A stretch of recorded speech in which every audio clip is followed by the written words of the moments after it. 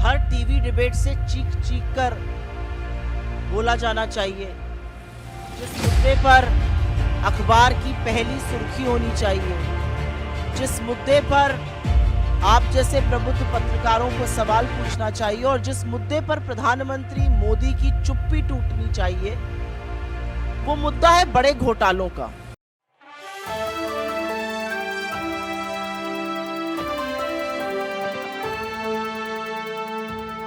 एक अत्यंत गंभीर मुद्दे पर, जो मुद्दा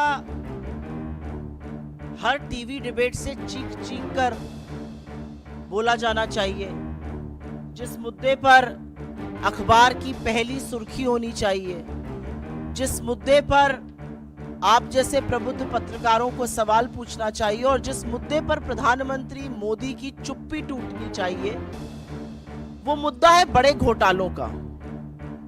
लेकिन मेरा अपना मानना है कि इस देश में एक देश विरोधी, मोदी विरोधी संस्था है, वो इंटरनेशनल साजिश का शिकार है और उस संस्था का नाम है CAG, controller and auditor general. सरकार के सारे खर्चों का ऑडिट करती है ये संस्था। बड़ी देश विरोधी संस्था है। एक नहीं, दो नहीं, तीन नहीं, सात बड़े CAG घोटालों का पर्दाफाश पिछले कुछ ही दिनों में किया है। तो मेरा तो अपना मानना है कि प्रधानमंत्री मोदी को तुरंत एक रेड करवानी चाहिए। ED, CBI, इनकम टैक्स, जिसकी भी कराना चाहें, ताला लगवाएं संस्था पर और जेल भेजने का काम करें CAG के इन लोगों को। इन लोगों को क्या लग रहा है, प्रजातंत्र चल रहा है कि आप रिपोर्ट निकालेंगे और सरकार को आईना दिखाएंगे और सरकार से सवाल पूछेंगे कि इतनी बड़ी बड़ी धांधली कैसे हो रही है। अरे ये सब प्रजातंत्र में किया जाता था। ऐसे ऐसे पेपर फेंक कर एंकर, एडिटर तब शो करते थे जब प्रजातंत्र था। अब जब प्रजातंत्र नहीं है तो ऐसी एजेंसीज का क्या मतलब है? लगवा दीजिए तुरंत ताला इस पर और भेजिए जेल। इनकी हिम्मत कैसे हो रही है एक नहीं, दो नहीं, सात घोटालों का पर्दाफाश करने की। और बड़े बड़े घोटाले हैं, बड़े बड़े मंत्रालयों के घोटाले हैं और ऐसे घोटाले हैं जिन घोटालों से आपके जेब पर डाका डाला जा रहा है, ये याद रखिएगा। लेकिन मोदी जी कहाँ कुछ गलत करते हैं। मोदी जी ने बड़ा पैसा खर्च करके खूब सारे मीडिया प्रचार प्रसार से अपनी एक छवि बनाई थी। दिन भर ईमानदारी की उस छवि का दंभ भरते हैं। अब ये CAG रिपोर्टें जो हैं, एक नहीं, दो नहीं, 7, वो उस छवि को पूरी तरह से ध्वस्त कर देती हैं, बर्बाद कर देती हैं। तो कुछ सवाल बनते हैं, लेकिन इस देश विरोधी संस्था को तो बंद होना चाहिए भाई। बहुत गलत बात है। मोदी जी के साथ बड़ी बेइंसाफी है। उनकी नाक के नीचे जो घोटाले और भ्रष्टाचार हो रहा है उसको उजागर कर रहे हैं। भला बताइए, ये काम है संस्थाओं का? कैसे ये काम कर रहे हैं? पक्का किसी इंटरनेशनल साजिश का साथ देते हैं। शुरू में करूंगी 7 घोटाले। एक पहला है भारतमाला प्रोजेक्ट से।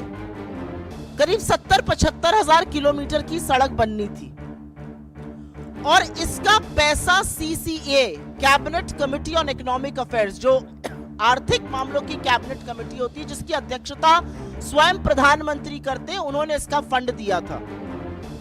और फंड ही नहीं दिया था, वो इसमें पैसा खर्चा कैसे होता है उसकी निगरानी भी करते हैं।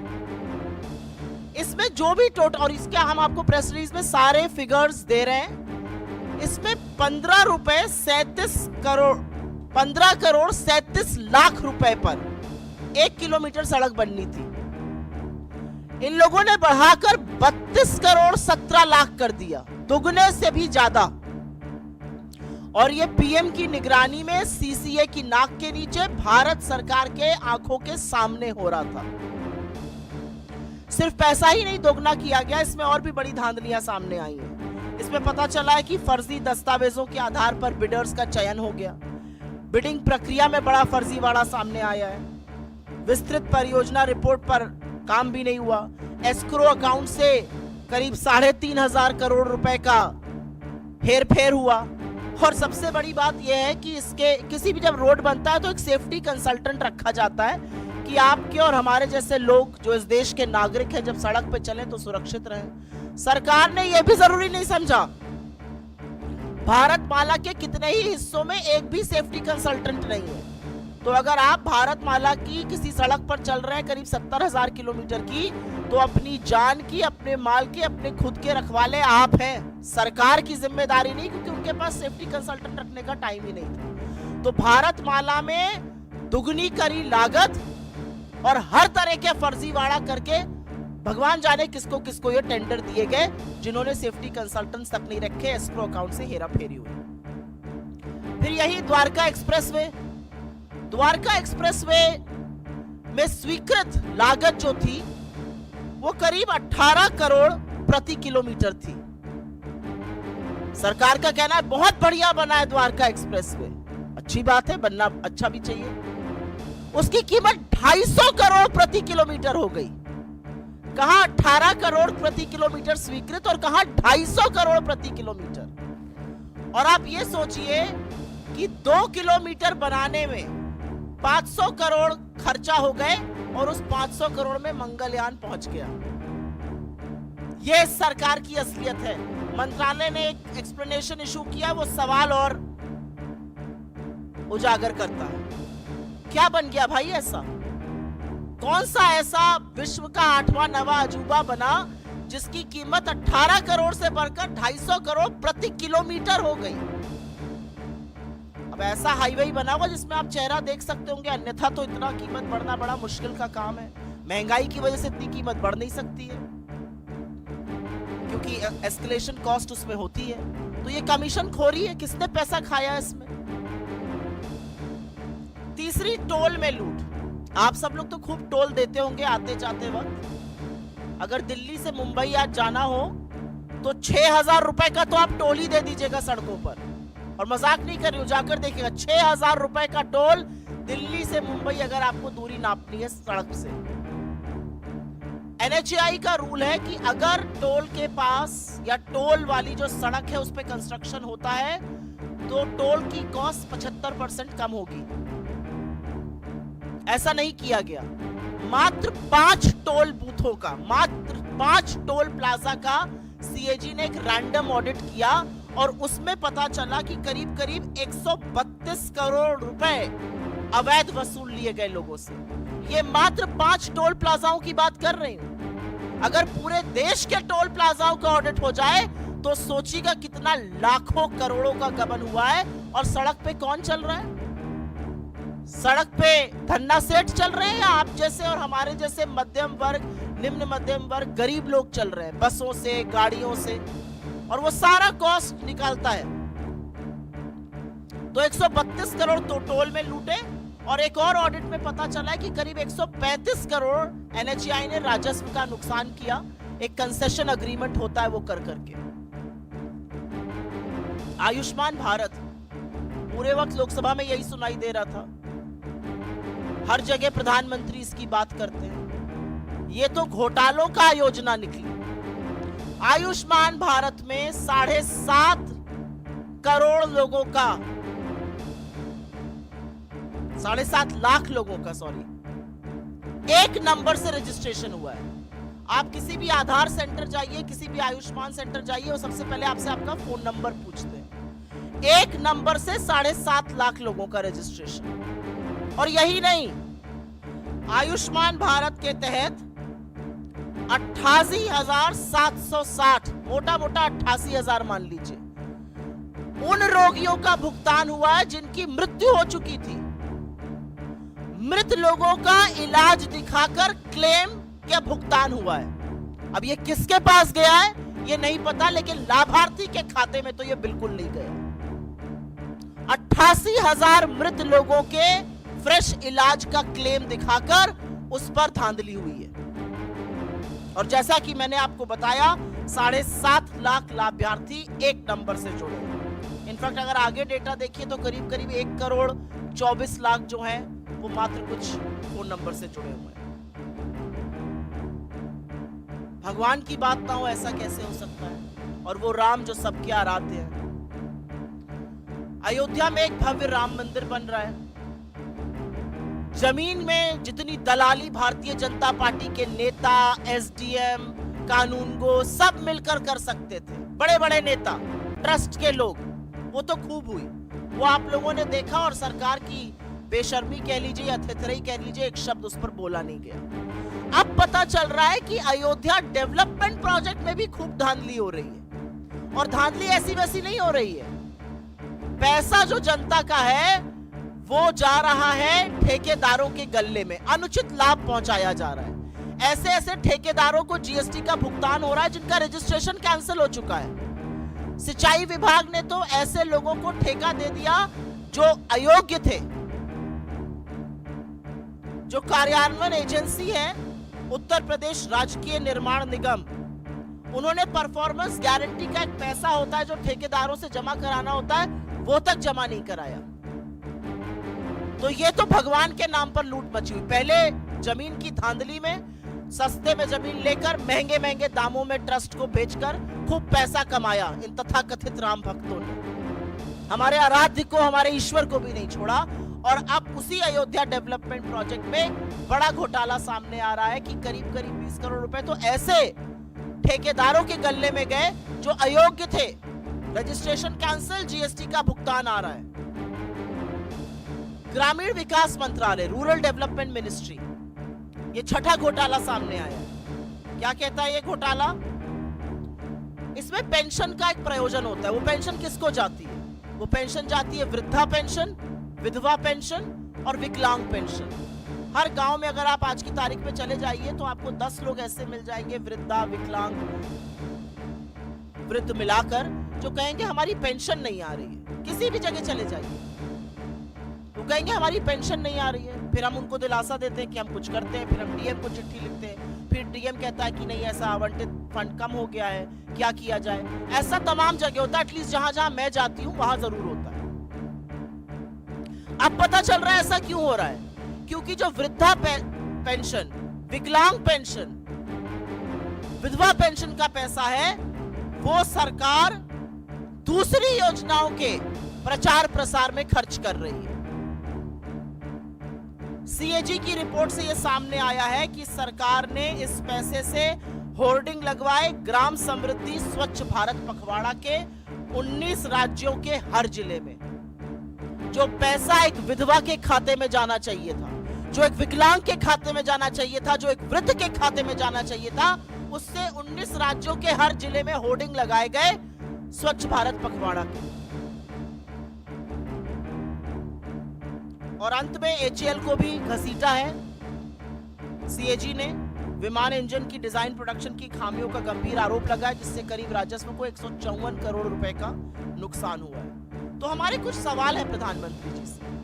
हमारा पहला सवाल तो ये है कि आप ही की नाक के नीचे ये घोटाले हो रहे हैं तथाकथित, आप ही की नाक के नीचे ये धांधली हो रही है, तो इस पर चुप्पी तोड़िएगा या नहीं तोड़िएगा? क्या प्रधानमंत्री अपनी सीधी निगरानी में हो रहे भारतमाला घोटाले, जिससे सीसीए के अध्यक्ष आप हैं, उस पर चुप्पी तोड़िएगा, उस पर कार्रवाई करिएगा? क्या केंद्रीय सड़क परिवहन और राजमार्ग मंत्रालय के खिलाफ और मंत्री के खिलाफ कोई कार्रवाई की जाएगी? एक एनएचएआई का मामला आया है, एक द्वारका एक्सप्रेसवे का आया है, भारतमाला का आया है। क्या प्रधानमंत्री आयुष्मान भारत में हो रहे फर्जीवाड़े पर कुछ करेंगे? और क्या वो पता करेंगे कि आखिर लाभार्थियों का पैसा गबन किया तो किसने गबन किया? क्या वो पता करने की कोशिश करेंगे कि वृद्ध का, विधवा का, विकलांग का ग्रामीण विकास मंत्रालय का पैसा दूसरी योजनाओं पर खर्च क्यों किया जा रहा है? क्या प्रधानमंत्री ये जानने का जरा सा भी प्रयास करेंगे कि अयोध्या में जमीन की धांधली के बाद जो अयोध्या डेवलपमेंट प्रोजेक्ट में घोटाले हो रहे हैं और अनुचित लाभ ठेकेदारों को पहुंचाया जा रहा है, वो कौन पहुंचा रहा है? और अंत में मैं सिर्फ ये कहूंगी कि किसी जमाने में सीएजी का नाम सुनकर अधिकांश मीडिया को करंट लग जाता था। यह अलग बात है कि जो तथाकथित रिपोर्टें थी वो झूठी साबित हुई और मारे पेपर दिखा दिखा कर सुबह शाम दिन रात प्राइम टाइम चिल्ला चिल्ला के शो होते थे। उस मीडिया ने चुप्पी धारण कर ली है, प्रधानमंत्री भी मौन है, लेकिन मुनाफाखोरी, कमीशन खोरी और जनता के पैसे की जो लूट हो रही है उससे पर्दा खुद सीएजी उठा रहा है, खुद इस देश का चीफ ऑडिटर उठा रहा है। और हमें पता है कि मोदी जी जवाब नहीं देंगे, लेकिन हमें पूरा विश्वास है कि मोदी जी जिस व्यक्ति ने पर्दाफाश किया उसको बर्खास्त करेंगे, रेड कराएंगे और ऐसी संस्था को जेल भेजने का काम करेंगे। I will very briefly sum it up in English. In the last few days, what one has seen are not one, not two, not three, but 7 such cases that the CAG has brought to light, India's chief auditor has brought to light, which smacks of rampant corruption in this government, which scam after scam is being unearthed right under Mr. Modi's nose, but Mr. Modi chooses to keep quiet. He may call them anti-national, he may jail them, he may even raid them, but the reality is that it starts from the Bharatmala project, where the cost of construction has doubled from 15.37 crore per kilometer to over 32 crore per kilometer.